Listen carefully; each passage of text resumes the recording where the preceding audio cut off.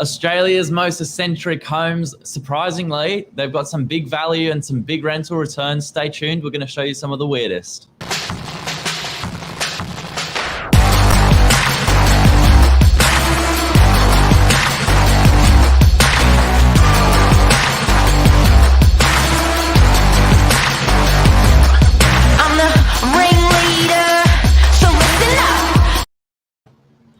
Morning, Nat. Morning, Billy. It's weird to be like chasing someone, not the camera. Not the other person at the end of the line.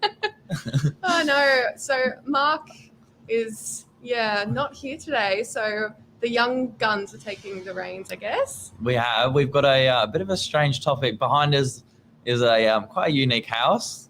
The shoe house. The shoe house. Yeah. So this is, I wouldn't say I've seen anything like this before. No. This house, but it's interesting. Pretty cool. So what this is actually from, Airbnb is doing this competition to find the most eccentric houses worldwide. So this is one of the many entries that they've got so far. Yep.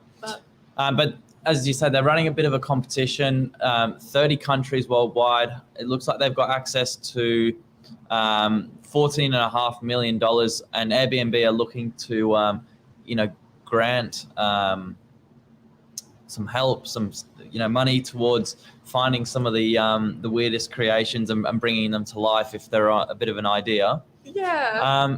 But surprisingly, like these, I guess you could say, like homestay ideas, they're pretty popular. Yeah. Well, I was touching on what I said last week with Mark when we were talking about this medieval castle that was in Western Sydney. I was saying it's my dream home. Yeah. I think there's always going to be a little market for people who want something like a shoe house. Yep. And especially with Airbnb, I think it's a smart idea. I think they're trying to fund, after COVID, they're trying to get people back into that whole homestay idea and want something interesting to bring people in. Keeping holidays local, absolutely. But we've got another few strange homes that we're going to show you this morning. We're going to do a share screen. There we go. So this one's your classic double-decker bus. Was sort of commissioned in 2019. I guess it'd be a fun spot to stay for a couple or whatever. I know, that one's great. This one, I think. My partner's Irish, so I think he would like this one. But if you couldn't tell, it's a big potato. So this is actually in America, in Idaho. And the lady there is the one who owns it. She said it's earned her just over $200K since 2019. This big Idaho potato hotel is what it's called. And she built it for $32,000. So, I'm not the quickest on the old maths, but that's a pretty good return on investment if I say so myself. Oh my gosh. And so I would love to hear if anyone did have any cool houses in Australia, because there is this competition. You can win a lot of moolah if you've got, I feel like Australia's got a lot of these though, like the big banana, the big prawn. The big prawn. There's definitely a few of them around. I mean, here is the yellow submarine. Again, cost $14,000 to get going and has earned $69,000 since 2018. So I think it definitely goes to show, you don't need, it's not about a big space anymore. Something a little bit more unique. Obviously, these are not permanent to live in, but it goes to show yourself. Yeah, it's bigger than my apartment. But yeah, it's definitely cool to see, some people finding ways to, generate a bit of extra money and something a bit different. So obviously that's the one that we had behind us on the screen. I love that. Love it. And then this one here, this one's actually in Australia.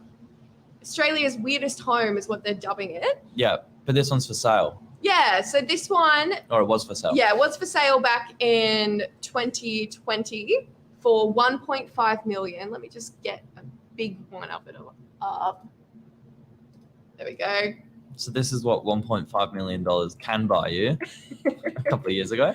The bubble house. The bubble house. And it's got some very weird features. If you look inside, I think it's definitely reaching a very postmodern audience or target market, this one.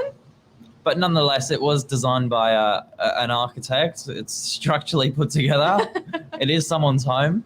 But yeah, interesting to to see where sort of who the buyer is for that. Yeah. I know the outdoor area is actually quite nice, say so myself. But this one, it's funny because this one actually does remind me. I was reading yesterday on Domain that if anyone else remembers the Teletubbies show, that the Teletubbies house is actually going up for sale for, I think it was just over £3.1 million. No, sorry, $3.1 million. dollars, Australian dollars.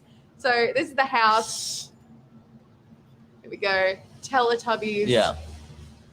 It just shows that even like things like this, nostalgia plays a really big role in these sort of quirky, weird houses, I feel. Yeah. I think it's hard to turn just your normal, small house with a grass roof into a $3.1 million home. But yeah, it's interesting to see how these, cool, unique designs are, so popular. Yeah. And again, as we were saying last week, this one is my dream house. This is a medieval castle. I'm sure everyone's probably sick of me talking about it already, but it just really shows there are niche markets everywhere for weirdos. So what's this one? They've renovated it into a home, have they? Well, this one, it's actually looked like this since the 70s. There was a guy who moved over here from the UK who was really into history and that era, and just made it look like this. And the people who have been like buying it since, they've just been maintaining it because it's all been really like well designed and kept. So yeah, this one I think is up for sale at the moment. Amazing. I really want to put a bid in, but self-control, I think that one is going to take. That is one of Australia's most unusual homes, that's for sure. Yeah, the upside down house. And we were talking off air for a little bit, Billy. You were saying that you actually saw a really strange home in the Northern Beaches area. Yeah, so unfortunately we don't have any photos for you, but we were selling a property in French's Forest, and basically they had like this little trapdoor in a room that came off one of the living spaces, and it went straight down into like their underground, I guess you could say basement, but it literally went down a stepladder, and the whole area was sort of dug out, and it wasn't leveled, but it was smooth and painted white, so you could see where you were going underneath. And they like had it as a kid's sort of play space. Oh and my gosh. Yeah, it was a bit weird, not gonna lie, but it was very cool, very unique. And the people at the purchasers, I believe, have got young kids, so no doubt absolutely love it. I know. I'm very glad to hear that the purchasers were a family with like kids. I think I'd be a bit worried if it was just like I promise there's no strange bodies down there. Like, if noise comes through. Oh gosh. But no, I think it's cool to see that. I think quirky houses are sort of becoming a big popular trend. I think just after COVID, I think everyone's spending more time. Well, they were spending more time at home, and they're really focusing now on the home as something to be looked at, something to be cherished, and because they were stuck in it for so long. So I think absolutely. It's really cool to see. But I'll share my screen again. And no doubt it's people pay big money for quirky, and I think when it's a for a weekend or something to get away with mates or whatever, me and my mates used to go down to this place called a yurt farm, and it was all these little Mongolian yurts, which is basically like a mud hut. Yeah. And you just had space for literally put your sleeping bag in there. But we absolutely loved it. It's cool. It's better than a tent. It's an upgrade from a tent. It's cool. I mean, it's so good for Australia as well, off the back of, for tourists and all that. So yeah, I think I would just really love to see those like big landmarks, like the Big Banana and all that being rented out. I think that would just like be a huge boom for the tourism industry and for me, because I would love that. The toboggan. A night in the Big Prawn.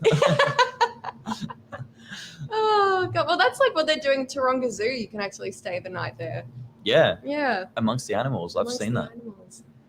Yeah, so these are a few other homes.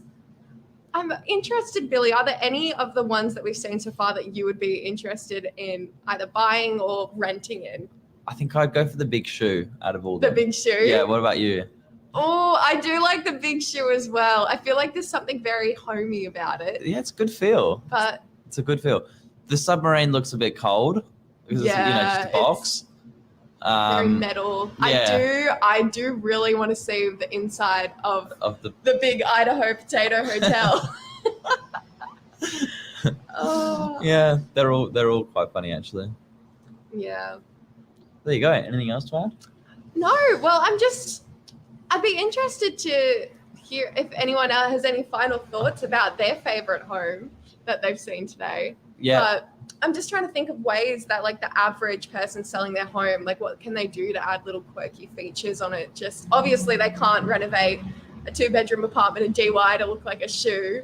No. But I think there are ways to even design your home. Like I'm now thinking very basics. Like I've seen virtual furniture even completely like redesign a home and make it so much more appealing to the buyer.